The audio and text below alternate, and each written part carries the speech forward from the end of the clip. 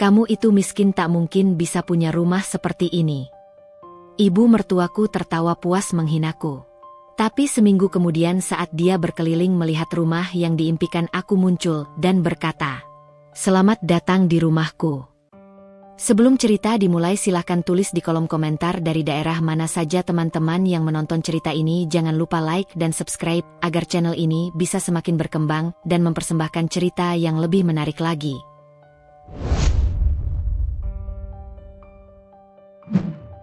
Namaku Mila. Aku bukan siapa-siapa, hanya perempuan sederhana yang hidup dari gaji kecil suamiku dan hasil kerja serabutan yang kadang tidak cukup bahkan untuk membeli beras seminggu. Tapi aku selalu percaya, hidup bukan tentang siapa yang punya banyak, melainkan siapa yang bisa bertahan paling lama ketika segalanya terasa tidak mungkin. Aku menikah dengan Raffi 4 tahun lalu. Saat itu aku mencintainya dengan tulus, bukan karena apapun, hanya karena dia membuatku merasa cukup. Ia sederhana, penuh tawa, dan tak pernah malu menggandengku walau aku datang dari keluarga biasa-biasa saja. Cintaku padanya jujur dan penuh harap. Namun, seperti banyak kisah lainnya, cinta yang sederhana ternyata seringkali harus bertabrakan dengan ego dan gengsi manusia. Hari itu, aku dan Raffi berkunjung ke rumah orang tuanya setelah sekian lama. Rumah mereka megah, berdiri di atas lahan luas dengan pagar tinggi, cat putih bersih, dan halaman depan yang rapi dengan tanaman hias yang jelas dirawat dengan biaya mahal. Mobil mewah berjajar di garasi, sementara aku datang hanya dengan ojek online, membawa oleh-oleh kue lapis buatan sendiri. Aku berusaha menata napas ketika berdiri di depan pintu besar itu. "Tenang, Mil," kataku dalam hati. "Mereka juga manusia. Kamu hanya datang bersilaturahmi." Pintu terbuka. Bu Ratna, Ibu Raffi, berdiri di sana dengan ekspresi yang sulit kujelaskan. Senyum tipis, tapi matanya meneliti dari ujung jilbabku yang sederhana sampai sepatu yang mulai pudar warnanya. "Oh, Mila," sapanya datar. "Kalian akhirnya datang juga." Nada suaranya seolah bukan menyambut, tapi menilai.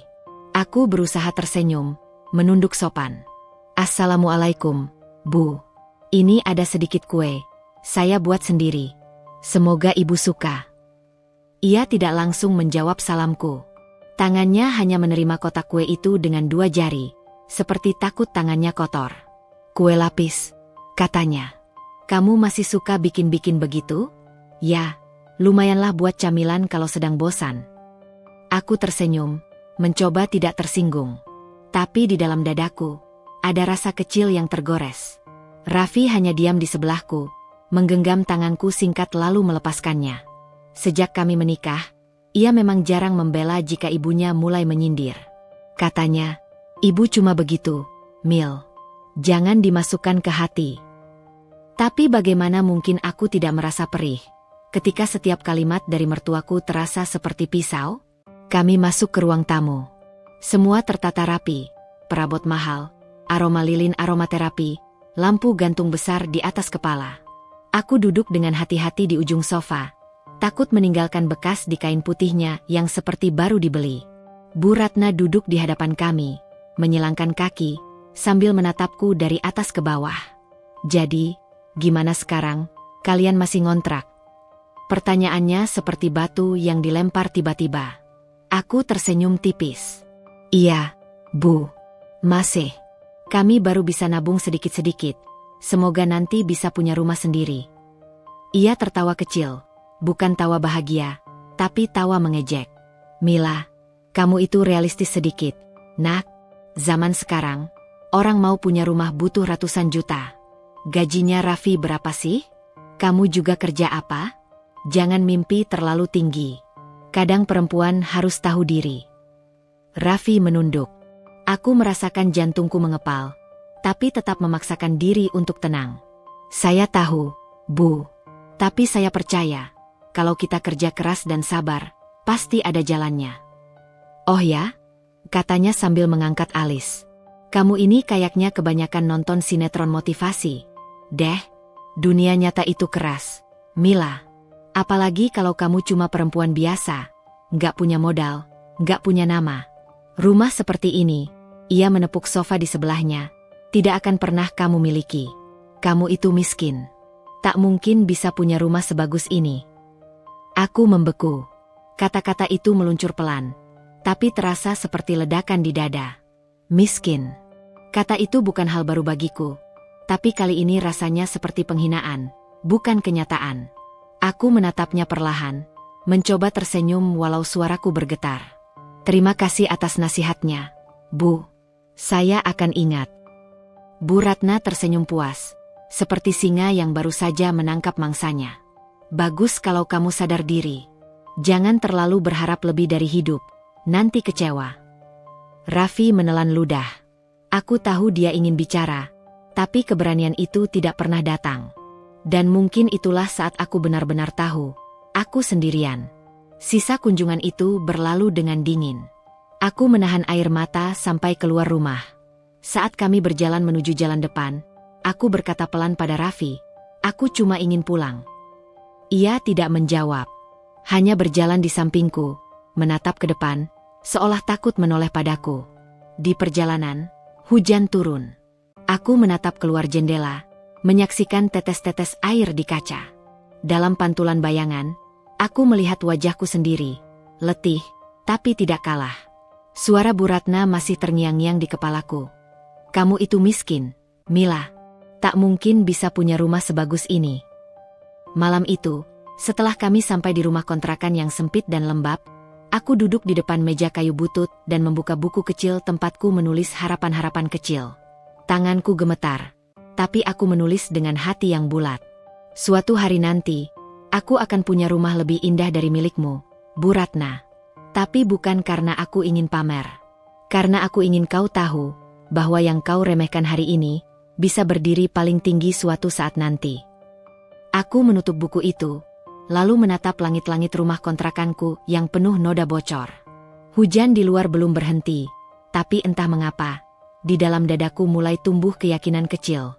Bahwa mungkin, justru dari tempat sekecil inilah aku akan membuktikan, tidak ada yang mustahil bagi orang yang pernah dihina. Sejak kunjungan ke rumah Bu Ratna waktu itu, ada sesuatu yang berubah di antara aku dan Raffi. Bukan sesuatu yang besar dan jelas, tapi kecil, samar, dan menyakitkan. Seperti garis halus pada kaca yang lama-lama akan pecah sendiri kalau terus ditekan. Kami masih hidup di rumah kontrakan itu, dengan dinding lembab dan atap yang selalu menetes setiap kali hujan datang. Tapi kini, rumah yang dulu terasa hangat perlahan menjadi dingin. Raffi lebih sering pulang larut malam, katanya lembur, katanya capek. Aku tahu dia benar-benar lelah, tapi aku juga tahu, ada jarak yang makin sulit kujelaskan. Aku tetap menjalani hariku seperti biasa. Bangun pagi, menyiapkan sarapan sederhana, mencuci, lalu menjahit pesanan tetangga. Kadang aku dapat pesanan baju anak-anak, kadang hanya memperbaiki kancing atau resleting. Upahnya kecil, tapi cukup untuk beli sayur dan sedikit beras. Setiap kali aku melihat uang kecil hasil keringatku, aku merasa sedikit berharga. Setidaknya aku masih berguna, meski di mata orang lain aku bukan siapa-siapa. Raffi jarang bicara sekarang. Makan malam kami sunyi, seperti dua orang asing di meja yang sama. Aku mencoba membuka obrolan. Mas, gimana kerjaan hari ini? Biasa aja. Capek, ya? Lalu diam lagi. Suara sendok dan piring lebih nyaring dari suara kami. Tapi aku tidak mau menyerah. Aku masih percaya, cinta yang dulu hangat bisa pulih lagi. Aku masih ingin menjadi istri yang baik, walau aku tahu aku sering dianggap kurang pintar, kurang cantik, kurang segalanya. Malam-malamku kini diisi dengan menjahit hingga larut. Aku ingin menabung sedikit demi sedikit, bukan untuk membeli barang mahal, tapi untuk impian kecil, punya rumah sendiri. Setiap kali jarum mesinku bergerak, aku mendengar suara Bu Ratna di kepalaku. Kamu itu miskin, Mila. Tak mungkin bisa punya rumah sebagus ini. Dan anehnya, suara itu justru membuatku semakin semangat. Beberapa bulan berlalu. Suatu sore, Raffi pulang membawa kabar. Mil, di kantor ada karyawan baru. Namanya Nadia. Orangnya ramah banget, banyak bantu aku. Bos juga suka dia. Aku tersenyum, mencoba ramah. Bagus dong, kalau bisa bantu kerjaan Mas. Iya. Aku jadi lebih sering lembur bareng dia. Kata, bareng dia. Itu membuat dadaku terasa aneh, tapi aku diam. Aku tidak ingin terlihat cemburu buta. Aku hanya menatap wajah Raffi, dan dalam hati berdoa semoga aku tidak salah menaruh kepercayaan. Hari-hari berikutnya, nama Nadia semakin sering disebut. Kadang Raffi pulang membawa bekal kue dari Nadia yang pandai masak. Kadang ia cerita tentang Nadia yang lucu kalau salah ngomong di kantor. Aku tersenyum setiap kali mendengarnya, tapi di dalam hatiku ada sesuatu yang mulai retak, perlahan, halus, tapi nyata. Suatu malam, Raffi pulang dengan wajah cerah. "Mil, kamu tahu nggak? Nadia itu katanya lulusan luar negeri. Tapi orangnya nggak sombong, loh." Aku tersenyum kecil. "Wah, hebat ya." "Iya, aku juga heran kenapa dia mau kerja di tempat kayak aku. Katanya sih pengen belajar dari bawah." "Baik juga, ya." "Iya, kamu harusnya belajar kayak dia, Mil. Nggak gampang nyerah." Aku terdiam. Kalimat itu menancap lebih dalam dari yang seharusnya. Belajar seperti dia? Maksudnya apa? Apakah aku dianggap menyerah hanya karena hidupku sederhana? Aku bekerja siang malam, menjahit sampai mataku perih. Apa itu belum cukup? Aku tidak menjawab. Aku hanya bangkit dari kursi, mencuci piring, dan menatap air yang mengalir di wastafel. Senyumku di wajah kaca dapur tampak tenang, tapi aku tahu di baliknya ada sesuatu yang perlahan hancur. Beberapa minggu kemudian, Raffi mengajakku makan malam di luar. Aku pikir mungkin ini pertanda baik. Mungkin dia ingin memperbaiki hubungan kami. Aku mengenakan gaun biru polos hasil jahitanku sendiri, menata rambut sederhana, dan memakai parfum yang sudah hampir habis. Namun saat aku keluar rumah, mobil berhenti di depan kontrakan. Dari dalam, keluar seorang perempuan muda dengan senyum cerah dan pakaian rapi. "Mila, ya? Hai, aku Nadia," katanya riang. Aku sedikit terkejut. "Oh, hai," jawabku datar. Raffi turun dari mobil. "Mil, tadi aku sekalian nebeng Nadia. Dia rumahnya searah, jadi aku ajak sekalian." Senyumku menegang. "Oh, begitu. Baik." Kami bertiga makan malam di restoran kecil dekat kantor Raffi. Aku duduk di hadapan mereka, dan sepanjang waktu, Nadia terus bicara tentang pekerjaannya, mimpinya, kehidupannya yang penuh warna. Raffi tertawa pada setiap ceritanya. Sementara aku, hanya duduk diam dengan tangan di pangkuan. Setiap tawa mereka seperti pisau kecil yang mengiris senyumku. Ketika pulang, aku duduk di motor di belakang Raffi tanpa suara. Angin malam terasa dingin menusuk tulang. Dalam hati aku berkata, aku tidak akan kalah. Aku tidak akan menjadi istri yang mengiba. Sejak malam itu, Raffi semakin jarang di rumah. Kadang ia bilang lembur, kadang dinas luar kota. Aku tidak menuntut, tidak bertanya. Bukan karena aku tidak peduli, tapi karena aku lelah mendengar alasan. Aku lebih memilih memfokuskan diri pada pekerjaanku. Aku mulai menerima lebih banyak pesanan jahit, bahkan dari teman-teman lama yang dulu menertawakan hidupku. Aku tidak punya banyak, tapi setidaknya aku punya kesibukan yang membuatku lupa sedikit tentang sakit hati. Setiap kali aku menatap hasil jahitanku, aku membayangkan sehelai kain putih besar, rumah impianku, dan aku menjahitnya sedikit demi sedikit, benang demi benang, tanpa berhenti. Mungkin butuh waktu lama, tapi aku akan sampai. Suatu malam, aku terbangun karena suara ponsel Raffi berbunyi. Penasaran, aku mengambilnya pelan dari meja. Layar menyala. Sebuah pesan muncul. "Mas, makasih ya hari ini. Senang banget bisa bareng kamu. Nadia hati merah 2. Darahku berhenti mengalir sejenak. Hatiku menolak percaya. Tapi kenyataannya ada di depan mataku. Hati suamiku perlahan bukan milikku lagi. Aku tidak menangis. Tidak ada air mata malam itu. Aku hanya duduk di tepi ranjang, menatap tubuh Raffi yang tidur nyenyak di sebelahku, lalu berbisik pelan. Ternyata bukan cuma rumah yang tak pantas untukku. Ya, Bu Ratna. Bahkan anakmu pun akhirnya begitu. Keesokan harinya aku bangun dengan wajah yang sama, senyum yang sama, tapi hatiku sudah lain. Aku tahu, mulai saat itu aku harus kuat, bukan untuk Raffi, bukan untuk mertuaku, tapi untuk diriku sendiri. Aku akan bekerja lebih keras, lebih cerdas, dan lebih tenang. Senyumku mungkin retak, tapi di baliknya, sesuatu sedang tumbuh, keteguhan, keyakinan, dan diam yang tidak bisa dikalahkan siapapun. Pagi itu seperti biasa, matahari menembus tirai tipis jendela kontrakan, aroma nasi goreng sederhana mengisi dapur kecil, dan aku berdiri di depan kompor dengan tangan yang lelah tapi hati yang mencoba tetap hangat.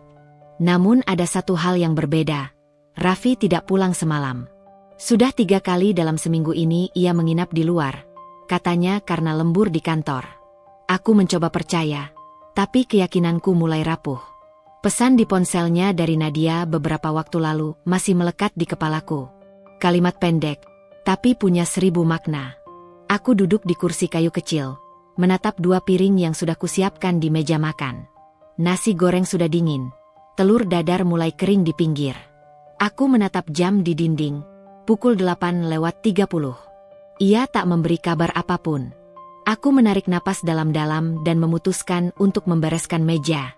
Kalaupun dia sudah tidak ingin makan di rumah ini, biarlah, bisikku lirih. Tapi hatiku masih menolak percaya bahwa lelaki yang dulu memegang tanganku di depan penghulu kini begitu asing. Siang harinya, aku mencoba menenangkan diri dengan menjahit. Kain berwarna biru muda terhampar di mejaku, tapi jarum mesin seperti kehilangan arah. Aku hanya memandanginya, mengingat hari-hari saat Raffi masih sering memujiku. "Mil, kamu memang luar biasa. Aku beruntung punya istri sepertimu," katanya dulu. Sekarang kalimat itu terasa seperti mimpi lama yang memudar di hujan. Menjelang sore, pintu terbuka. Raffi akhirnya pulang. Aku menatapnya diam. Bajunya kusut, matanya lelah, dan aroma parfum perempuan samar-samar menempel di kerah kemejanya. "Dari mana?" tanyaku pelan. "Lembur," jawabnya cepat tanpa menatapku. "Lembur di mana? Kantor tutup jam berapa, Mas?" Ia diam sejenak, lalu melirikku. "Kenapa kamu tanya-tanya kayak polisi?" "Aku cuma khawatir." "Udahlah, Mil. Aku capek." Aku menatapnya lama. Kata "capek" itu sudah sering ia ucapkan, tapi rasanya kali ini berbeda. Bukan sekadar lelah fisik, tapi lelah karena kehadiranku.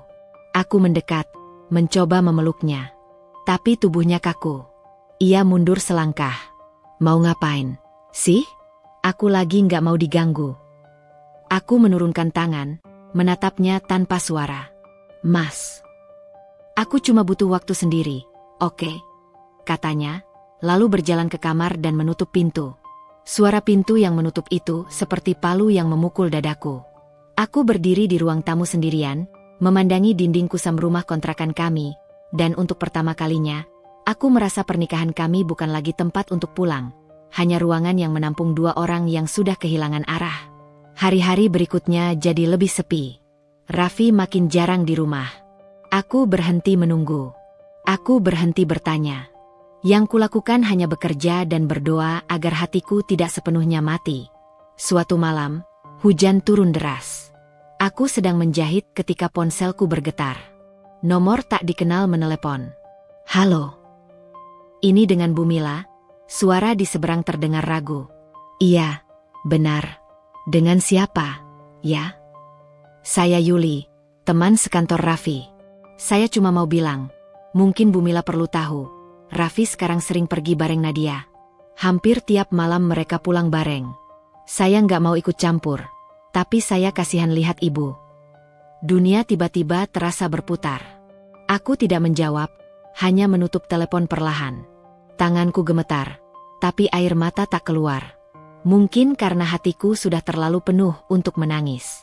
Aku menatap mesin jahitku yang diam, dan di sana, seolah aku melihat diriku sendiri, terus bekerja keras, tapi tak lagi tahu apa yang sebenarnya sedang kukerjakan.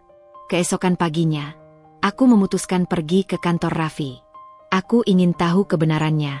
Aku menunggu di depan gedung, menatap setiap orang yang keluar masuk dengan dada berdebar. Jam 5 sore lewat sedikit, aku melihat mereka, Raffi dan Nadia, berjalan berdampingan sambil tertawa kecil. Aku terpaku di tempat. Nadia mengenakan dress krem lembut, rambutnya dikuncir tinggi, sementara Raffi tampak tenang, bahkan bahagia. Ia tidak menyadari aku berdiri di seberang jalan. Saat mobil mereka lewat, aku hanya bisa memandangi punggung mereka yang menjauh. Aku tidak berteriak, tidak mengejar, tidak melempar apapun.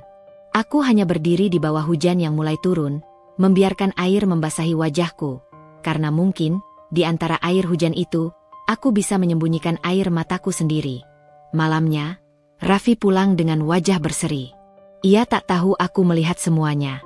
Aku menatapnya dalam diam. Mas. HM. Kalau kamu sudah tidak bahagia sama aku, bilang saja. Ia menoleh cepat. Apa maksudmu? Jangan pura-pura sibuk kalau sebenarnya kamu punya yang lain. Mila. Suaranya meninggi. Kamu itu kenapa sih? Selalu curiga, selalu negatif. Aku capek. Aku cuma minta jujur. Ia memukul meja keras. Jujur apa? Emangnya kamu mau dengar kalau aku udah gak cinta lagi?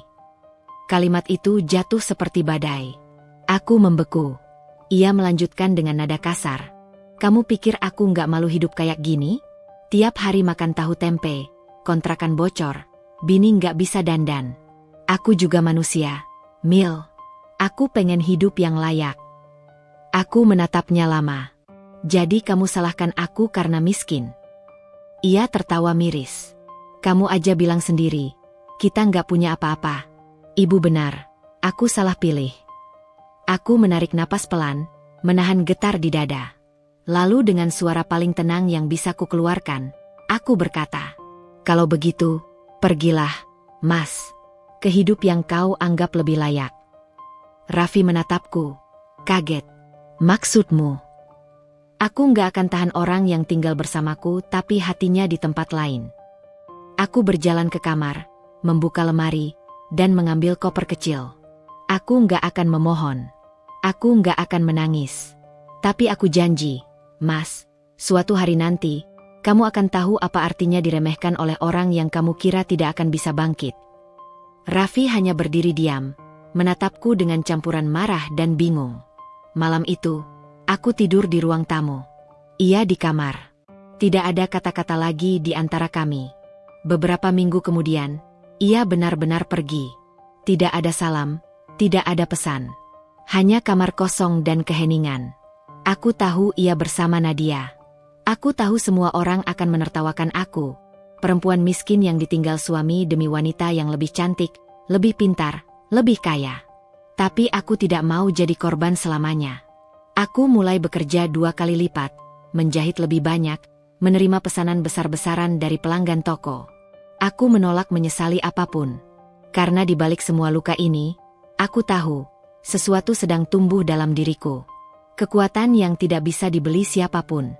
Dan malam itu, sebelum tidur, aku menulis di buku kecilku. Mereka boleh menghancurkan rumah tanggaku, tapi tidak mimpiku. Aku akan bangkit. Aku akan membuat mereka menyesal, bukan dengan air mata, tapi dengan keberhasilanku. Aku menutup buku itu, lalu menatap langit-langit kamar kecilku. Mungkin aku kalah hari ini, tapi bukan berarti aku kalah selamanya. Untuk pertama kalinya, aku sadar, terkadang, kehancuran adalah awal dari kebangkitan. Hari pertama tanpa Raffi terasa seperti dunia berhenti berputar. Aku terbangun bukan karena alarm, tapi karena keheningan yang begitu menusuk.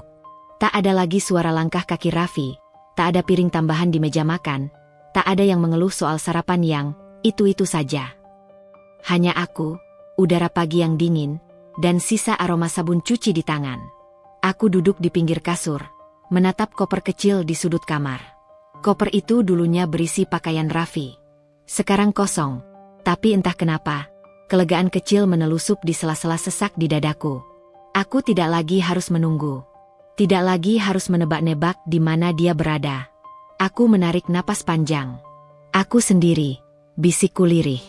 Tapi aku masih hidup. Siang itu, aku berjalan ke toko kain langgananku di pasar. Uang yang tersisa di dompet tidak banyak, hasil tabungan kecil dari menjahit. Pemilik toko, Bu Rina, menatapku dengan wajah khawatir.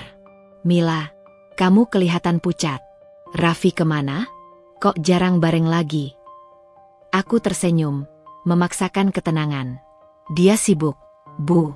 Tapi nggak apa-apa. Saya mau beli kain lagi, mau coba buka usaha kecil. Bu Rina mengangguk pelan. Kamu perempuan kuat.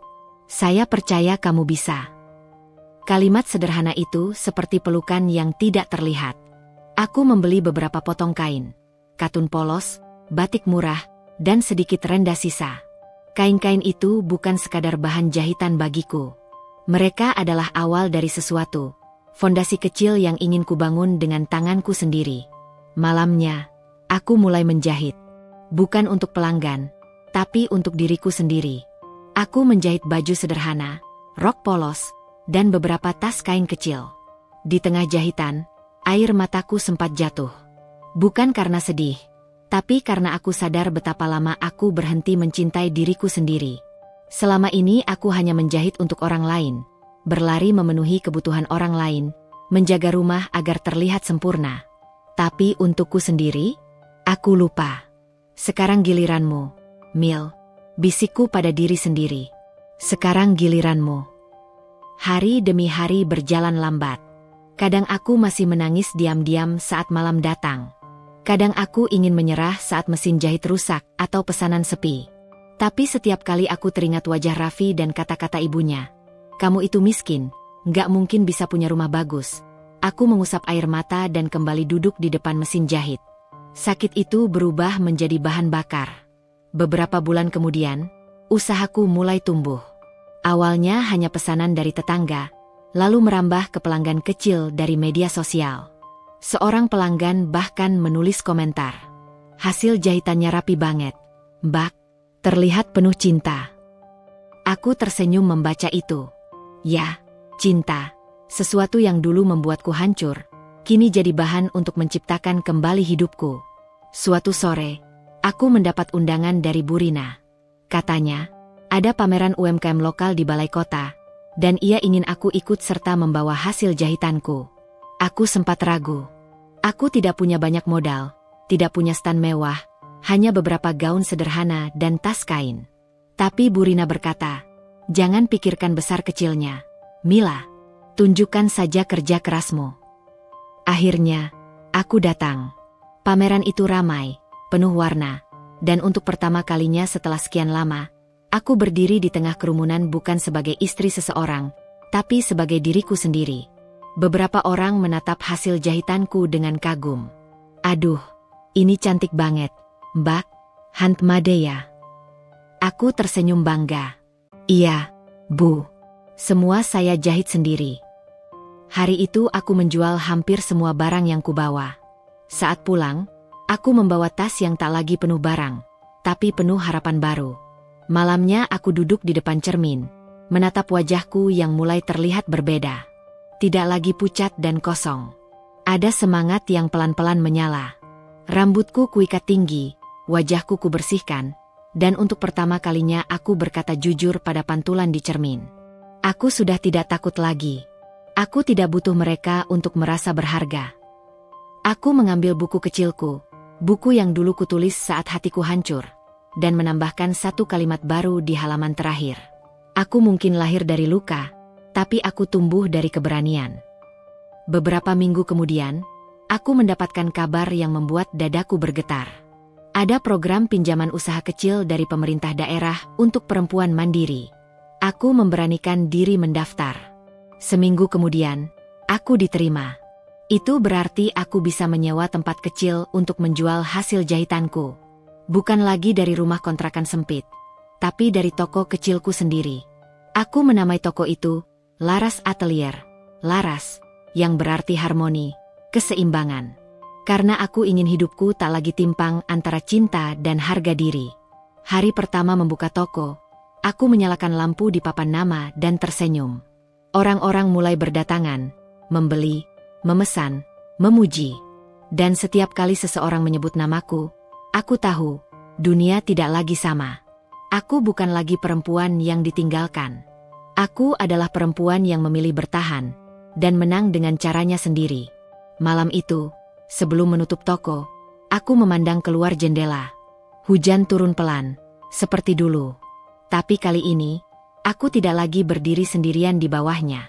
Aku berdiri di balik kaca, dengan cahaya dari dalam toko menerangi wajahku. Aku tersenyum. Terima kasih, Raffi. Karena kamu meninggalkan aku menemukan diriku. Dan di luar sana, di antara rintik hujan dan lampu-lampu kota, aku tahu, langkah pertama dari nol ini baru saja dimulai, dan aku tak akan berhenti lagi. Aku menatap papan nama kecil di depan toko itu, Laras Atelier, sambil tersenyum. Huruf-huruf kayu sederhana yang kupasang sendiri dengan tangan gemetar kini terasa seperti lambang kemenangan kecil dalam hidupku. Toko mungil ini mungkin belum besar, tapi disinilah untuk pertama kalinya aku berdiri sebagai diriku sendiri. Bukan sebagai istri seseorang, bukan bayangan siapapun, melainkan sebagai Mila, perempuan yang pernah dijatuhkan, tapi memilih untuk berdiri lagi. Dulu, aku pernah takut pada banyak hal. Takut ditinggalkan, takut dihina, takut gagal. Sekarang, yang kutakuti hanya satu, berhenti berjuang. Karena aku sadar, dunia ini tidak akan pernah memihak pada orang yang pasrah. Sore itu, sebelum menutup toko, seorang anak kecil datang bersama ibunya. "Bu, aku mau baju seperti ini," katanya sambil menunjuk gaun yang kujahit dengan penuh cinta. Aku berjongkok di hadapannya dan tersenyum. "Kalau kamu sabar, Tante jahitkan yang paling cantik ya." Anak itu mengangguk semangat, dan di matanya aku melihat sesuatu yang membuatku terdiam. Harapan. Harapan, sesuatu yang dulu hilang dariku, tapi kini tumbuh lagi lewat setiap helai benang yang kurangkai. Malam menjelang. Aku menutup gorden toko, mematikan lampu, dan berdiri di depan kaca besar. Pantulan diriku di sana bukan lagi perempuan yang hancur. Wajahku mungkin masih sama, tapi tatapanku berbeda. Lebih tenang, lebih yakin, dan penuh api kecil yang hangat. Aku mengusap permukaan kaca yang berembun, lalu berkata pelan pada pantulan diriku sendiri. "Kau sudah sampai sejauh ini, Mila. Jangan pernah kembali jadi orang yang menunggu diselamatkan." Di luar sana, hujan turun lagi, seperti hari saat aku dihina Bu Ratna dulu. Tapi kali ini aku tidak merasa kecil. Aku tahu, setiap tetes hujan yang jatuh ke bumi adalah bukti bahwa Tuhan tidak pernah lelah memberi kesempatan pada orang yang mau berusaha. Aku menengadah, memejamkan mata, dan tersenyum dalam doa. Terima kasih, Tuhan. Karena di saat aku kehilangan segalanya, Engkau ajarkan cara menemukan diriku sendiri. Aku memutar kunci toko, melangkah pulang dengan langkah ringan. Langkah seorang perempuan yang mungkin pernah kalah, tapi kini tahu bagaimana cara menang. Tanpa harus membalas dengan kebencian. Cukup dengan menjadi lebih baik dari kemarin. Dan malam itu, untuk pertama kalinya setelah sekian lama, aku tidur tanpa air mata. Karena aku tahu, ini bukan akhir. Ini adalah awal dari segalanya. Hidupku mulai berjalan lebih tenang dari sebelumnya. Setiap pagi, aku membuka tirai toko, membiarkan sinar matahari masuk, lalu menyalakan lampu kecil di atas meja jahitku. Suara mesin jahit menjadi musik yang menenangkan. Ritmenya seperti detak jantung baru dalam hidupku. Aku tak lagi terbangun dengan rasa takut. Tak lagi menangis di tengah malam sambil memandangi foto lama. Sekarang, aku punya rutinitas yang membuatku merasa hidup lagi. Menjahit, melayani pelanggan, dan menulis target kecil setiap malam. Sederhana, tapi damai. Suatu pagi, ketika aku sedang melipat kain, Bu Rina datang ke toko. Wajahnya berseri-seri, membawa sebuah map di tangan. "Mila, ada kabar bagus," serunya. Aku menoleh dengan penasaran. "Kabar apa, Bu?" "Kamu terpilih ikut program pelatihan wirausaha di kota. Gratis. Mereka cari perempuan yang sukses bangkit dari nol. Aku daftarkan kamu tanpa bilang dulu." Aku menatapnya dengan terkejut, lalu tersenyum lebar. "Serius, Bu? Saya bisa ikut?" "Tentu. Kamu pantas. Kamu inspirasi buat banyak orang." Aku terdiam sejenak. Kata, inspirasi, itu seperti mimpi. Siapa yang pernah menyangka, perempuan yang dulu dihina karena miskin, ditinggalkan tanpa harga diri, kini disebut inspirasi? Aku menunduk, menahan air mata haru. "Terima kasih, Bu Rina. Kalau bukan karena Ibu, saya nggak akan sampai di sini."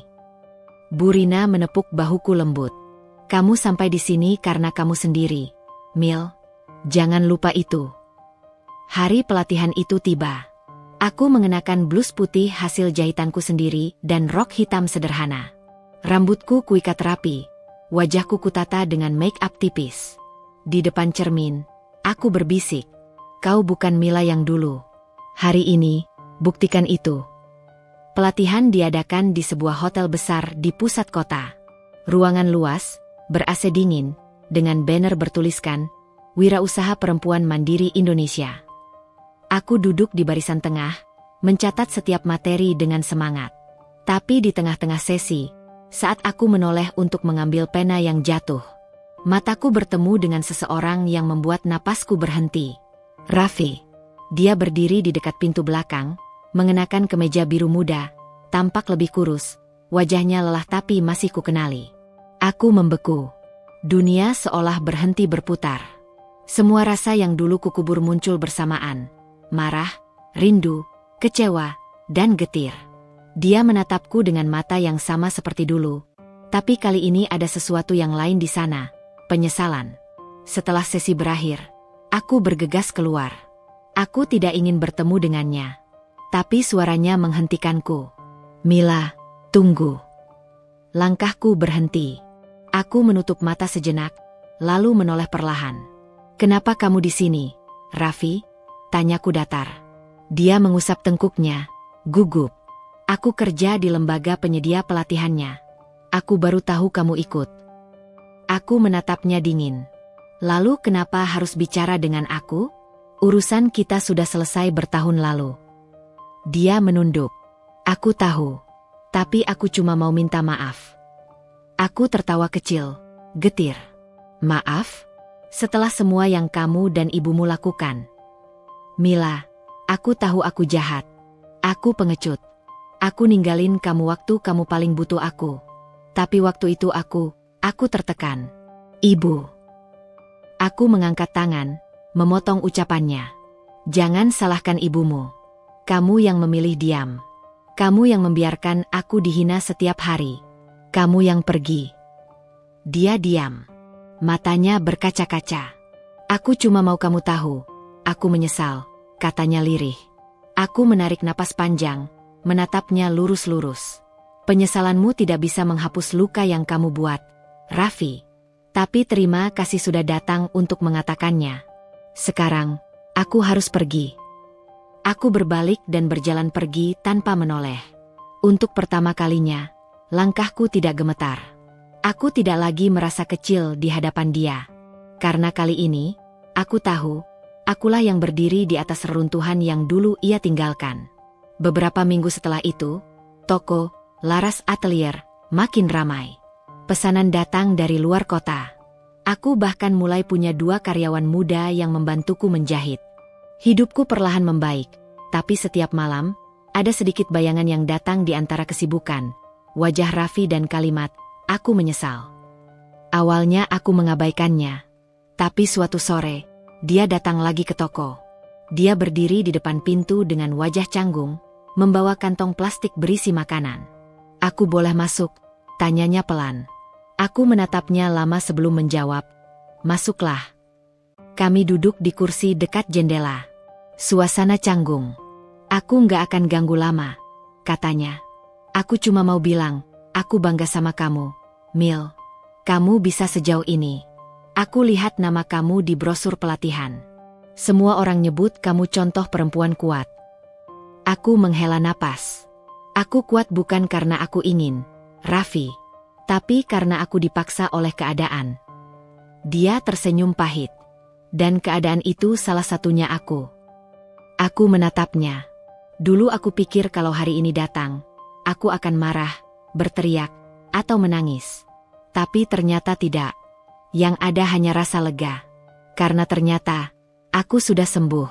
Aku berdiri, menatapnya dengan tatapan tenang. Raffi, aku sudah memaafkanmu. Tapi bukan karena aku masih sayang. Aku memaafkan supaya aku bisa melanjutkan hidup tanpa beban. Dia menunduk, air matanya jatuh ke lantai. Terima kasih, Mila. Kamu jauh lebih baik dari aku. Aku tersenyum lembut. Tidak, Raffi. Aku hanya belajar dari rasa sakit yang kamu tinggalkan. Malam itu, setelah dia pergi, aku duduk sendirian di toko yang mulai sepi. Lampu di luar berkelap-kelip, hujan turun perlahan, dan di kaca jendela kulihat pantulan diriku lagi. Aku bukan lagi perempuan yang ditinggalkan, tapi perempuan yang belajar berdiri sendiri tanpa butuh siapapun. Aku menatap keluar jendela dan berkata pelan, masa lalu boleh datang, tapi dia tidak akan tinggal di sini lagi. Aku menutup tirai, menyalakan lilin kecil di meja, dan menulis satu kalimat baru di bukuku. Bayangan dari masa lalu tidak bisa memadamkan cahaya yang sudah kupilih untuk hidupku. Dan malam itu, untuk pertama kalinya, aku benar-benar yakin. Hidupku bukan tentang membalas, tapi tentang menjadi bukti bahwa penghinaan bisa jadi bahan bakar menuju kemenangan. Aku tidak pernah berniat membalas dendam dengan cara yang kasar. Tidak ada lagi keinginan untuk melihat mereka menderita seperti aku dulu. Tapi terkadang, Tuhan punya caranya sendiri untuk memperlihatkan keadilan, bukan dengan teriakan, melainkan dengan diam yang berkelas. Toko jahitku, Laras Atelier, kini semakin dikenal. Pesanan baju pesta dan kebaya datang hampir setiap hari. Beberapa majalah lokal bahkan menulis artikel tentangku. Dari penjahit pinggir gang menjadi desainer inspiratif. Aku tak bisa berhenti bersyukur. Setiap kali aku melihat hasil jahitanku terpajang di etalase, aku tahu bahwa semua luka yang dulu kualami telah menjadi bahan dasar dari kekuatanku hari ini. Namun suatu siang, saat aku sedang mengukur kain untuk pelanggan baru, seorang wanita parubaya masuk ke toko. Suaranya terdengar tegas tapi bergetar lemah. Permisi, ini benar toko jahit Laras Atelier milik Ibu Mila? Aku menoleh dengan senyum ramah, tapi senyum itu langsung lenyap. Tubuhku menegang. Wajah yang dulu begitu kukenal berdiri di depan pintu. Bu Ratna, ibu mertuaku. Dia tampak jauh berbeda dari terakhir kali aku melihatnya. Tidak lagi mengenakan perhiasan berkilau atau parfum mahal. Bajunya sederhana, wajahnya pucat, dan di matanya ada gurat cemas yang tak bisa disembunyikan. Bu Ratna, suaraku lirih. Dia menatapku lama, seperti tidak percaya. Mila, ini benar kamu? Aku mengangguk pelan. Ya, Bu, ini toko saya. Dia terpaku, menatap sekeliling. Ruangan penuh kain indah, deretan hasil jahitan menggantung rapi, dan di sudut meja terpampang papan kecil bertuliskan, Laras Atelier by Mila Ardiansyah. Aku melihat bagaimana matanya bergetar saat membaca nama itu, nama keluarga yang dulu ia usir dari hidupku. Beberapa detik hening, sampai akhirnya dia berkata pelan, cantik, tempatnya. Kamu, sukses sekarang ya? Aku tersenyum sopan. Alhamdulillah, sedikit demi sedikit. Saya berusaha keras. Dia mengangguk, menunduk lama, lalu berkata dengan suara hampir tak terdengar. Aku malu, Mil. Aku terdiam. Kata-kata itu, yang dulu mustahil keluar dari mulutnya, kini terucap begitu lemah. Aku menatapnya, menunggu ia melanjutkan. Aku datang bukan mau minta apa-apa. Aku cuma ingin minta maaf, karena dulu aku kasar, sombong, dan buta hati. Aku menarik napas dalam. Kata maaf itu seharusnya membuatku lega, tapi entah kenapa hatiku malah terasa berat.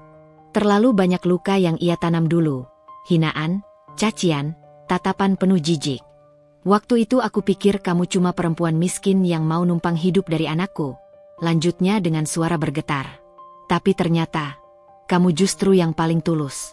Setelah kamu pergi, hidup kami berubah, Mil. Raffi kehilangan arah.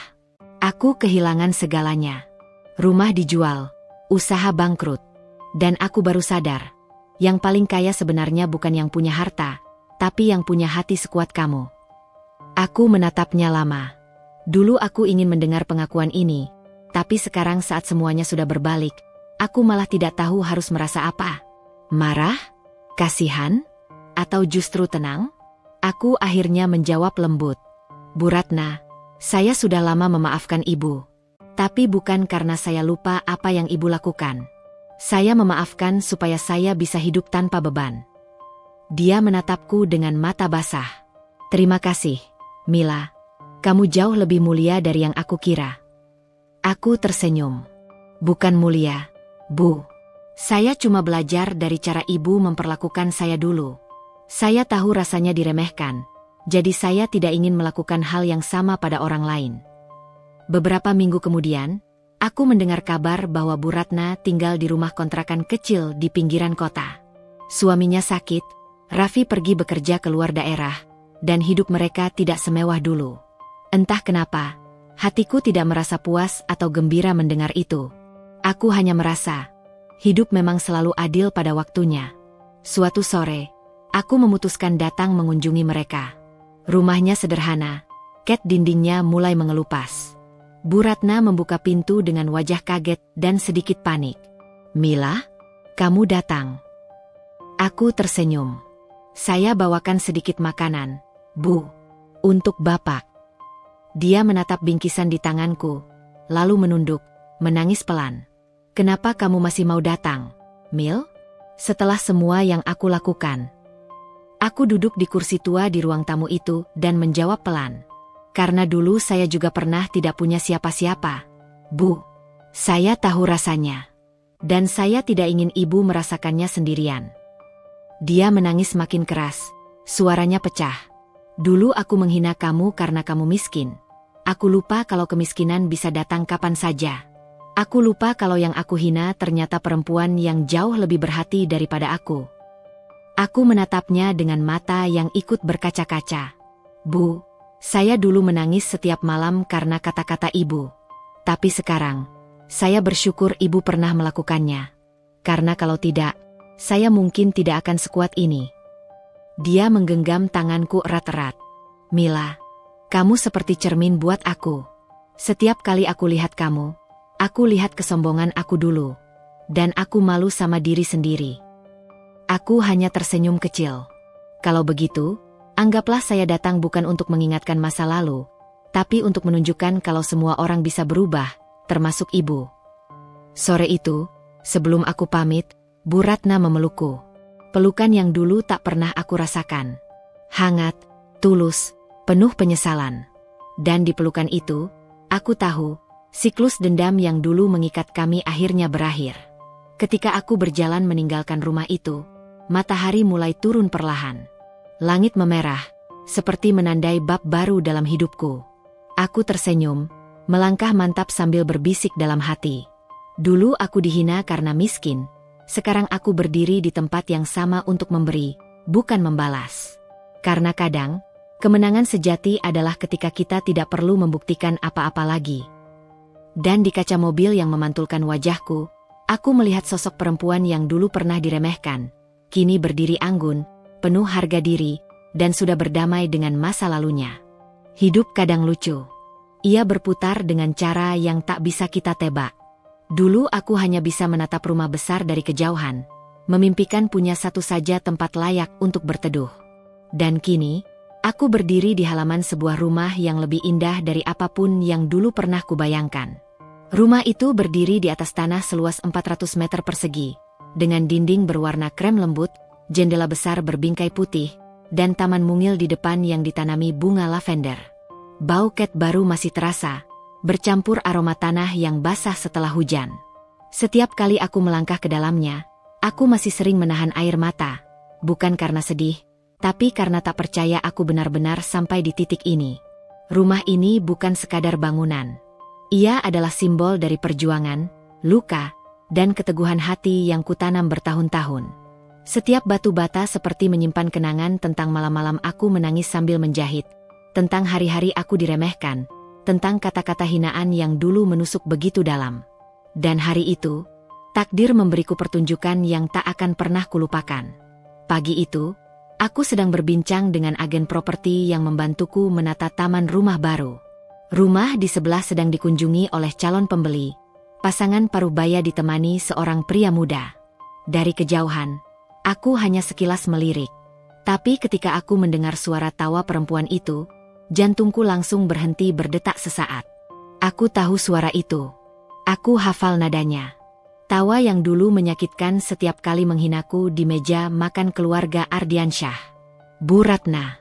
Aku menatap dari balik kaca, Dan benar saja, di halaman rumah sebelah, Bu Ratna berdiri bersama Raffi, mantan suamiku. Mereka tampak berbincang antusias dengan agen properti, menunjuk-nunjuk ke arah interior rumah itu. "Rumah ini bagus sekali, Bu," ujar agen properti yang menemaninya. "Desainnya modern tapi tetap hangat. Banyak orang mengincarnya, tapi kebetulan pemiliknya baru saja pindah ke luar negeri, jadi harga cukup miring." Bu Ratna tersenyum lebar. Matanya berbinar seperti dulu ketika bicara soal harta. "Pas banget. Rumah seperti ini yang aku impikan sejak dulu. Kalau dulu bukan karena perempuan miskin itu." Dia berhenti sesaat, menyadari Raffi menatapnya tak nyaman, lalu melanjutkan dengan nada lebih rendah. "Ah, pokoknya ibu suka rumah ini." Aku hanya bisa menghela napas. Ternyata, bahkan setelah semua yang terjadi, kesombongan itu masih belum sepenuhnya hilang. Aku menunggu beberapa saat sebelum keluar rumah. Langkahku pelan, tapi pasti. Ketika aku membuka pagar dan berjalan ke arah mereka, agen properti itu langsung tersenyum sopan. "Oh, selamat pagi, Bu Mila. Ibu mau lihat-lihat juga?" Bu Ratna menoleh, dan dunia seolah berhenti berputar. Wajahnya menegang. Matanya membulat tak percaya saat melihatku berdiri di hadapannya dengan pakaian rapi dan senyum tenang. Raffi juga membeku di tempat, tak tahu harus berkata apa. Aku menatap mereka lembut. "Selamat pagi, Bu Ratna." "Raffi." Suara yang dulu sering bergetar karena takut, kini terdengar tenang dan berwibawa. "Mila," suara Bu Ratna patah. Kamu tinggal di sini." Aku tersenyum, sedikit menunduk sopan. "Ya, Bu, ini rumah saya." Dia terdiam. Agen properti di sampingnya tampak kebingungan melihat ekspresi wajahnya yang mendadak pucat. Aku menatap ke arah rumah di belakangku, lalu berkata pelan. "Saya baru pindah minggu lalu. Tadinya saya ingin mengundang beberapa kerabat untuk syukuran, tapi belum sempat. Tapi ternyata, Tuhan lebih dulu mengundang ibu kemari, ya." Suasana hening. Angin berembus lembut, membawa aroma bunga dari taman kecilku. Bu Ratna menelan ludah, wajahnya memerah menahan malu. Raffi hanya bisa menunduk dalam. "Saya senang ibu menyukai rumah ini," lanjutku dengan nada tenang. "Dulu ibu pernah bilang, saya ini terlalu miskin untuk punya rumah sebagus ini. Tapi lihatlah, Bu, hidup kadang punya selera humor yang indah, ya." Aku tersenyum, bukan senyum mengejek, tapi senyum yang membawa ketenangan yang lama kutunggu. Senyum yang tidak butuh pembuktian lagi. Bu Ratna akhirnya berkata lirih. Aku tidak tahu harus bilang apa." Aku menggeleng pelan. "Tidak perlu bilang apa-apa, Bu. Saya sudah lama memaafkan semuanya. Saya hanya berharap, ibu juga bisa memaafkan diri ibu sendiri." Dia menatapku lama, lalu perlahan air mata jatuh di pipinya. "Rumah ini memang indah, Mil. Tapi perempuan yang berdiri di depanku ini, jauh lebih indah dari apapun yang pernah aku banggakan." Aku tidak menjawab. Aku hanya memeluk diriku sendiri lewat diam, merasakan kemenangan yang tak perlu sorak-sorai. Setelah mereka pergi, aku duduk di beranda rumah sambil menyeruput teh hangat. Aku menatap taman kecil di depanku, tempat di mana nanti mungkin aku akan menanam mawar putih, simbol dari kedamaian. Di dalam rumah, semua ruang masih kosong. Tapi anehnya, hatiku penuh. Aku tersenyum dan berbisik pada diri sendiri. "Kamu dulu ditertawakan karena miskin, Mila. Tapi sekarang, mereka melihatmu bukan dari apa yang kamu punya, melainkan dari siapa kamu telah menjadi." Dan entah dari mana datangnya, aku seperti mendengar suara masa lalu berbisik lembut di telingaku. "Selamat datang di rumahmu, Mila." Air mataku jatuh perlahan. Bukan karena sedih, tapi karena bahagia yang datang dengan cara paling sunyi. Bahagia yang tak perlu pembuktian, hanya penerimaan. Sudah 2 minggu sejak pertemuanku dengan Bu Ratna di depan rumah. Setiap kali aku mengingat wajahnya yang memucat, suaranya yang lirih, dan air mata yang jatuh diam-diam di pipinya, aku selalu menarik napas panjang. Bukan karena masih sakit, tapi karena aku tahu, dulu aku akan merasa puas membalas. Sekarang tidak lagi. Aku hanya merasa selesai. Aku pikir, setelah hari itu, masa lalu tak akan pernah mengetuk lagi. Ternyata, aku salah. Sore itu, aku baru selesai menutup toko kecilku di pusat kota. Langit mulai berubah jingga, udara membawa aroma hujan yang belum jatuh. Ketika aku melangkah menuju mobil, seseorang berdiri di seberang jalan. Tegap, wajahnya menua, tapi mata itu, aku masih mengenalnya. Raffi. Untuk sesaat, waktu seperti berhenti. Bayangan masa lalu berkelebat. Malam-malam saat aku menunggunya pulang, hari-hari ketika aku menelan hinaan demi cinta, detik saat aku berjalan pergi dengan hati remuk. Dan sekarang, semua itu berdiri di depanku, dalam wujud pria yang dulu kupanggil suami. Mila, suaranya serak, hampir tak terdengar karena angin. Aku menatapnya, menimbang apakah aku harus pergi atau tetap berdiri. Sudah lama, ya, katanya akhirnya. Aku mengangguk pelan. 5 tahun. Dia tersenyum getir. Kamu masih ingat? Ada hal-hal yang tak mudah dilupakan. Jawabku tenang. Aku tidak tahu kenapa suaraku bisa sedamai itu. Dulu, aku mungkin sudah menangis, mungkin marah. Sekarang tidak. Aku hanya merasa seperti menatap seseorang yang pernah kucintai di kehidupan lain. Boleh kita bicara sebentar? Katanya pelan. Aku tidak akan lama. Aku menghela napas. Baik, 15 menit. Kami duduk di sebuah kafe kecil tak jauh dari sana. Aku memilih duduk di dekat jendela. Pelayan datang, dan tanpa berpikir, aku memesan teh chamomile, minuman yang selalu menenangkanku. Raffi hanya memesan kopi hitam. Beberapa menit berlalu tanpa kata. Akhirnya, dia berkata, "Kamu kelihatan berbeda, Mila. Tenang, dan kuat." Aku tersenyum samar. Begitu katanya orang yang sudah belajar dari luka. Dia menatap keluar jendela, lalu menunduk. Aku dengar kamu sudah sukses. Toko, rumah, hidup baru. Aku tak menjawab. Aku hanya mengangkat bahu, meneguk tehku perlahan. Dia menatapku lama, seperti mencari sisa dari perempuan lama yang dulu dia tinggalkan. Tapi yang dia temukan hanyalah ketenangan yang asing. Ketika akhirnya dia bicara, suaranya terdengar berat. Aku menyesal, Mila. Aku menatapnya, tanpa reaksi. Dia melanjutkan, dulu aku pikir, kalau aku ikut keinginan ibu, hidupku akan lebih mudah. Aku pikir kamu hanya akan jadi beban. Tapi ternyata, kehilangan kamu justru membuat semuanya runtuh. Bisnis gagal, rumah dijual, dan ibu. Dia berhenti. Aku tahu dari tatapannya bahwa Bu Ratna tidak sekuat dulu. Aku tidak ingin simpati, kataku lembut. Tapi aku sudah lama memaafkanmu. Dia tampak terkejut. Kamu sudah memaafkan aku? Aku mengangguk. Iya, karena kalau aku tidak memaafkan, aku tidak akan bisa jadi seperti sekarang. Maaf bukan untukmu, Raffi. Maaf itu untuk diriku sendiri. Dia memejamkan mata, menarik napas panjang, seolah mencoba menahan sesuatu di dadanya. Aku ingin memperbaiki semuanya. Aku ingin kita mulai lagi. Aku menatapnya lama. Kata-kata itu menusuk, tapi bukan karena cinta yang tersisa, melainkan karena aku sadar betapa terlambatnya semuanya. Aku tersenyum kecil. Raffi, kamu tahu apa yang paling menyakitkan waktu itu? Dia menggeleng pelan. Bukan saat kamu meninggalkan aku, tapi saat kamu diam saja ketika ibumu menghina aku di depan banyak orang.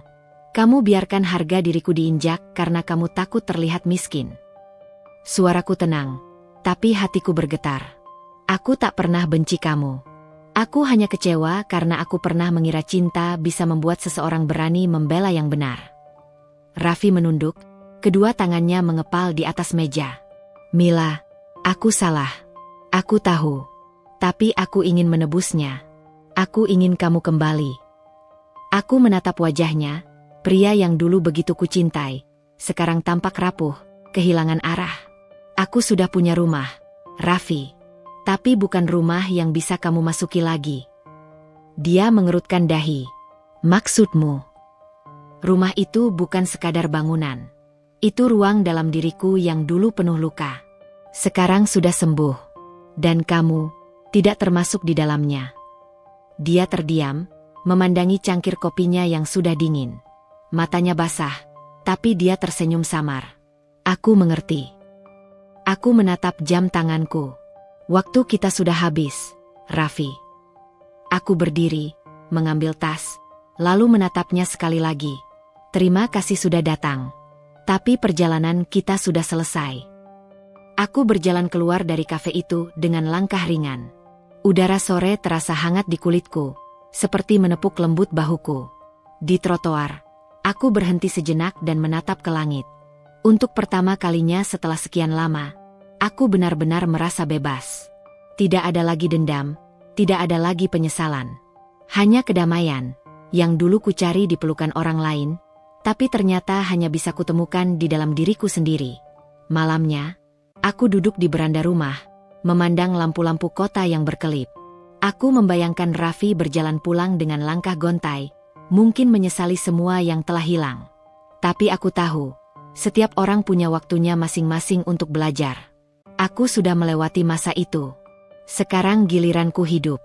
Aku mengambil pena dan buku catatan kecil, menulis satu kalimat di halaman baru. Kadang, Tuhan mengembalikan masa lalu bukan untuk dihidupkan kembali, tapi untuk kita pastikan bahwa luka itu benar-benar sudah sembuh. Aku menutup buku itu dan tersenyum. Esok hari, hidupku akan terus berjalan. Dan kali ini, aku tidak menoleh ke belakang. Ada yang aneh dari penyesalan, ia datang tidak pernah tepat waktu. Terkadang terlalu cepat, seringnya justru ketika semuanya sudah terlambat. Aku melihatnya kini, bukan dari dalam luka, tapi dari jauh, dari tempat yang tenang, di mana aku bisa memandang masa lalu tanpa gentar. Beberapa minggu setelah pertemuan di kafe itu, kabar tentang Raffi dan Bu Ratna mulai terdengar lagi, bukan dari rasa ingin tahu, tapi dari orang-orang yang dulu mengenal kami. Salah satu karyawan lama di butik bercerita sambil menata manekin. Bu, tahu nggak? Ibu Ratna sekarang nggak tinggal di rumah lamanya lagi, katanya pelan. Aku menoleh sekilas. Oh ya? Kenapa? Katanya rumahnya dijual. Raffi bangkrut besar-besaran. Investasi yang mereka harap bisa nutup kerugian malah digelapkan partnernya sendiri. Dia menghela napas, lalu menambahkan dengan lirih, kasihan juga, Bu. Dengar-dengar, Bu Ratna sakit keras sekarang. Aku hanya diam. Tidak ada rasa puas, tidak juga sedih. Hanya rasa, selesai. Malamnya, aku tak bisa tidur. Bukan karena peduli pada nasib mereka, tapi karena ingat bagaimana dulu aku juga pernah berada di titik hancur. Dan aku tahu, yang paling menyakitkan bukan kehilangan harta, tapi kehilangan rasa hormat pada diri sendiri. Beberapa hari kemudian, aku menerima surat tak bernama. Tulisan di amplopnya rapi tapi gemetar, seperti tangan yang menua. Ketika kubuka, hanya ada selembar kertas dan tulisan sederhana. Mila, jika kamu membaca ini, berarti aku sudah tidak bisa banyak bicara. Aku hanya ingin bilang, aku menyesal. Dulu aku pikir kemiskinan itu aib. Aku lupa. Yang aib sebenarnya adalah hati yang sombong. Terima kasih karena dulu kamu pernah sabar pada aku dan anakku. Kalau sempat, datanglah. Tidak untuk membalas, tapi untuk menutup cerita ini dengan baik. Ratna. Aku duduk lama di kursi ruang tamu, memandangi surat itu dengan campuran rasa yang sulit dijelaskan. Hatiku tenang, tapi juga sedikit berat. Karena entah bagaimana, meski semua sudah berlalu, aku tahu, setiap jiwa yang terluka tetap pantas mendapatkan maaf. 2 hari kemudian, aku datang ke rumah sakit tempat Bu Ratna dirawat. Ruangan VIP-nya sederhana. Tirai putih menutupi sebagian cahaya sore, membuat ruangan terasa lembut.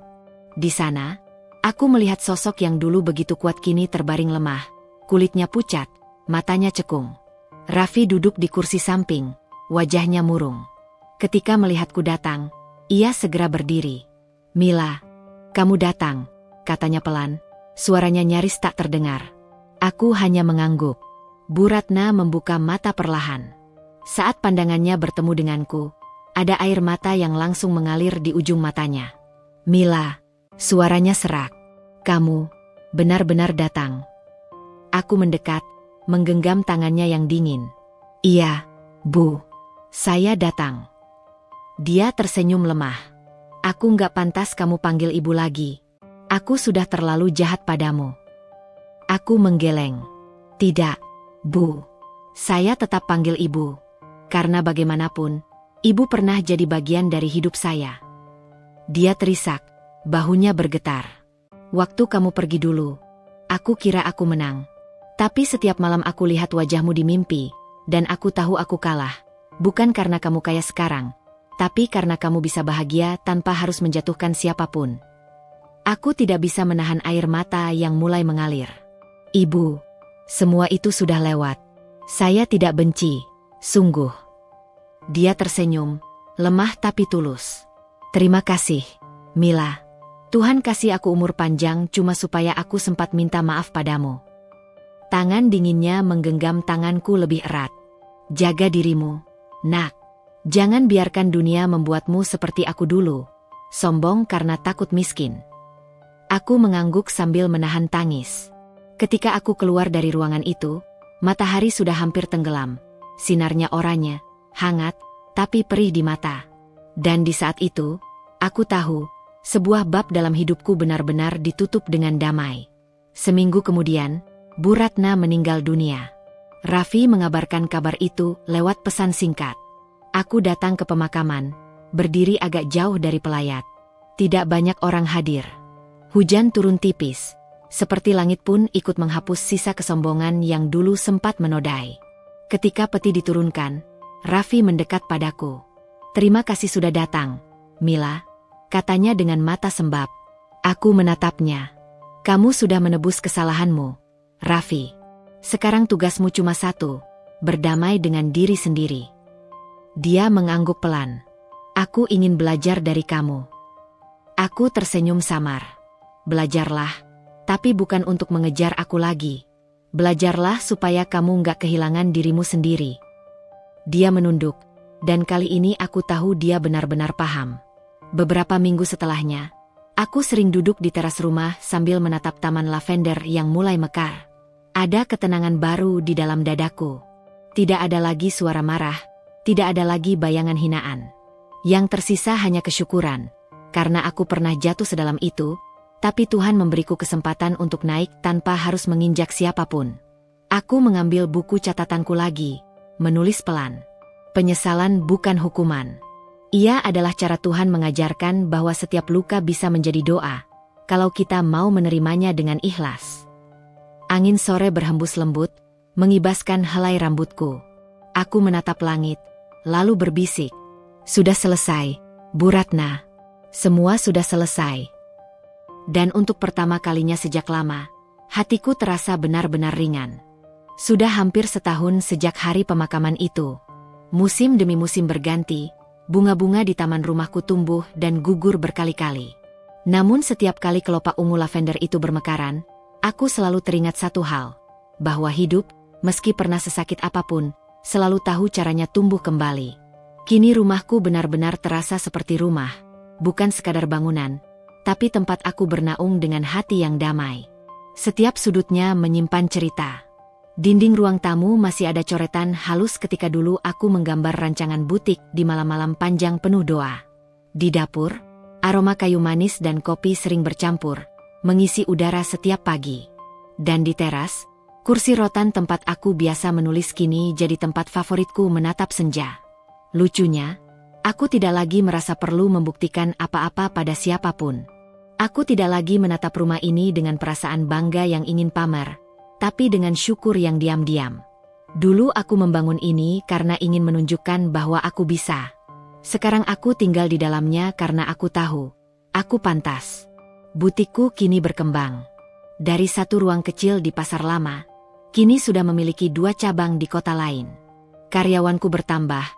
Sebagian dari mereka ibu tunggal yang dulu pernah kubantu. Aku sengaja membuka lowongan untuk mereka, karena aku tahu bagaimana rasanya tak punya tempat berpijak. Suatu hari, aku menerima undangan pameran dari Asosiasi Desainer Lokal. Mereka meminta aku menjadi pembicara tamu, sesuatu yang dulu bahkan tak pernah berani aku bayangkan. Temanya, membangun dari reruntuhan. Ketika aku berdiri di atas panggung, menatap wajah-wajah muda yang penuh semangat di hadapanku, dadaku terasa hangat. Aku mulai bercerita, bukan tentang kesuksesan, tapi tentang perjalanan. Tentang air mata, tentang ditolak, tentang hinaan yang pernah jadi bahan bakar untuk bangkit. Banyak orang berpikir kekayaan adalah balas dendam terbaik. Kataku di tengah pidato itu, suaraku mantap. Tapi sebenarnya, ketenanganlah yang paling sulit didapat. Kalau kamu bisa tidur dengan hati damai, tanpa benci, tanpa ingin membuktikan apapun lagi, disitulah kemenangan sesungguhnya. Ruangan hening. Beberapa orang menunduk, ada yang meneteskan air mata. Aku menutup dengan senyum lembut. Jangan takut menjadi kecil. Dari titik terendah, justru di sanalah kamu menemukan arah pulang. Tepuk tangan menggema. Dan di tengah sorak itu, aku merasa Tuhan sedang menepuk pundakku pelan, seolah berkata, "Kamu sudah sampai, Mila." Beberapa bulan kemudian, Raffi datang lagi. Kali ini, bukan dengan wajah bingung atau sesal, tapi dengan ketenangan yang tidak pernah aku lihat darinya dulu. Dia berdiri di teras rumahku, membawa sekotak kue kecil. "Aku dengar kamu ulang tahun minggu depan," katanya sambil tersenyum kikuk. Aku tertawa kecil. "Kabar kamu cepat juga." "Ya." Dia menatap sekeliling. "Rumahmu makin cantik." "Rumah sederhana saja," jawabku. "Tapi hangat," tambahnya cepat. Kami berdua terdiam sesaat. Tidak canggung, tapi tenang. Seperti dua orang yang akhirnya berdamai dengan masa lalu mereka. "Aku mau bilang terima kasih," katanya akhirnya. "Karena setelah semua yang terjadi, kamu tetap nggak menyimpan dendam. Kamu bahkan membuatku ingin memperbaiki diri." Aku tersenyum tipis. "Itu bukan karena aku baik, Raffi. Aku cuma capek hidup dengan luka." Dia mengangguk pelan. "Aku paham sekarang." Kami berbicara sebentar, lalu dia pamit. Sebelum pergi, dia menatapku sekali lagi. "Semoga kamu selalu bahagia, Mila." Aku menjawab, "Aku sudah bahagia." Dan aku benar-benar maksudkannya. Sore itu, setelah Raffi pergi, aku duduk di kursi rotan sambil menatap matahari tenggelam. Cahaya oranye jatuh di jendela, memantulkan bayangan lembut di lantai kayu. Aku menutup mata, menghirup udara hangat yang membawa aroma lavender dari taman. Dalam diam, aku berbicara pada diriku sendiri, pada Mila yang dulu menangis di dapur, pada Mila yang dulu diusir dari rumah mertua dengan hinaan, pada Mila yang dulu hanya punya satu impian sederhana, punya rumah yang bisa disebut miliknya sendiri. Kini aku ingin memeluk semua versiku itu. Karena tanpa mereka, aku tidak akan sampai di sini. Malamnya, aku menulis lagi di buku catatanku, halaman terakhir yang dulu belum sempat terisi. Aku bukan lagi perempuan yang ingin membalas. Aku perempuan yang akhirnya bisa memaafkan. Karena balas dendam membuatku menang di mata manusia. Tapi memaafkan membuatku tenang di hadapan Tuhan. Aku menutup buku itu dengan senyum. Lalu kulihat pantulan wajahku di kaca. Ada garis halus di sudut mata, tapi juga ada cahaya lembut yang dulu tak pernah ada. Cahaya dari seseorang yang akhirnya berdamai, sepenuhnya. Beberapa hari kemudian, aku mengundang anak-anak panti untuk datang ke rumah. Mereka berlari-lari di taman, tertawa, memetik bunga, dan memakan kue buatan sendiri. Suara tawa mereka memenuhi halaman, dan di tengah keramaian itu, aku merasa rumah ini akhirnya hidup dengan cinta yang sesungguhnya. Salah satu anak kecil menatapku polos dan bertanya, "Tante, rumah ini besar banget. Tante beli ya?" Aku tersenyum, mengelus kepalanya. "Iya, sayang. Tapi yang paling penting bukan rumahnya besar, tapi hatinya yang luas." Anak itu mengangguk polos, lalu berlari lagi ke teman-temannya. Aku menatap mereka sambil menahan air mata bahagia. Ya, inilah impian yang dulu ku kejar. Bukan untuk sombong, tapi untuk berbagi. Malam turun perlahan. Lampu taman menyala lembut, memantulkan cahaya ke arah bunga lavender yang bergoyang pelan. Aku berdiri di teras, menatap langit yang mulai dipenuhi bintang. Dulu, aku pikir hidupku berakhir saat aku diusir dengan hinaan, "Kamu miskin." Tapi ternyata, di sanalah hidupku justru dimulai. Dari kehancuran itu, Tuhan membentuk ulang hatiku, mengajarkanku arti sabar, kerja keras, dan ikhlas. Aku menghela napas panjang, lalu tersenyum. Senyum yang bukan lagi untuk menutupi luka, tapi tanda bahwa aku sudah sembuh. Selamat datang di rumahku, bisikku pada diri sendiri. Bukan hanya rumah yang kubangun dari batu dan kayu, tapi rumah yang kubangun dari kesabaran dan doa. Angin malam berhembus pelan. Lavender bergoyang, bintang berkelip, dan aku berdiri di tengah semuanya. Seorang perempuan yang pernah hancur, kini berdiri tegak, tersenyum di akhir jalannya.